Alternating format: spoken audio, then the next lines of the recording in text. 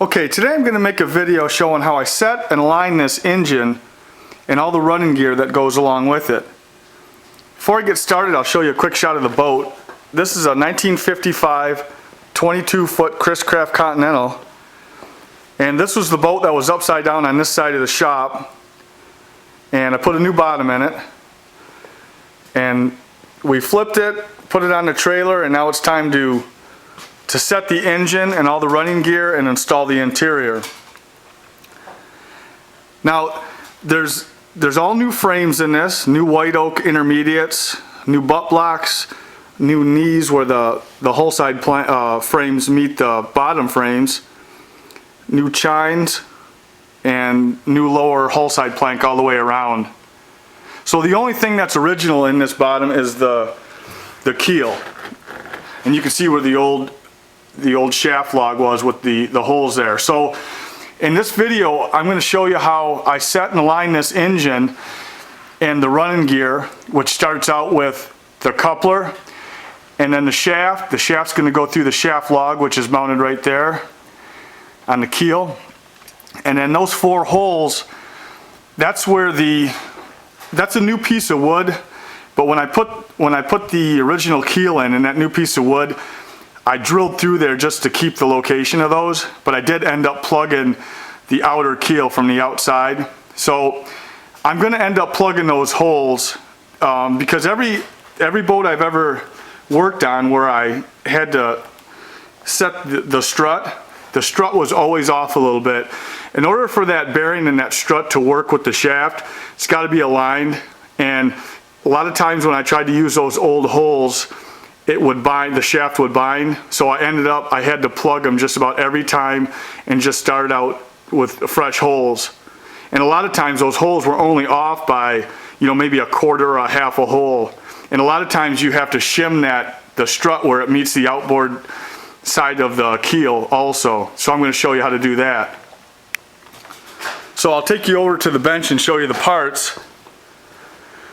I cleaned them all up and they're ready to go. I'm going to start out showing how to install this coupler, and I line everything up using feeler gauges, and the shaft is good. I took the shaft log apart and cleaned everything up, wire wheeled it. The bottom's all nice and clean where it meets the keel, and here's the strut. The strut bearing's good. I just have to wire wheel the bottom. I forgot to do this bottom. But I'll show you how to install this, and a lot of times you have to make a shim. Like I'll show you, the original shim was right here. See that shim? A lot of times you have to shim that to make it work. The shaft is going to go through that bearing, and if this is tweaked just a little bit one way or the other, the shaft will hit hard against the bearing and wear it out. So everything's got to be lined up. So that's the purpose of this video, showing how to do that. Here's the propeller. It's in good shape, no nicks or anything. So I'll take a quick shot of the bottom. The lower transom plank still needs some bottom paint, but the bottom's all done. The paint's on it.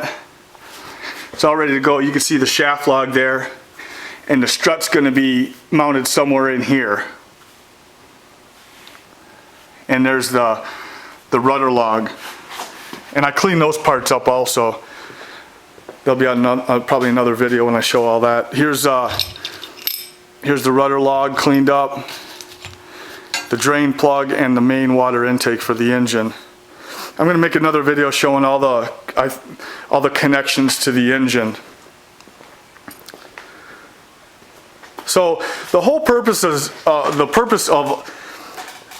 setting this engine and aligning everything is to reduce vibration. If that's off a little bit, where the shaft meets the coupler, or where the shaft runs through the bearing and the strut, you're going to get vibration. So the closer you can get it aligned, the less vibration you'll get in the system, the smoother the ride you'll have. So that's what you could expect to see in the video.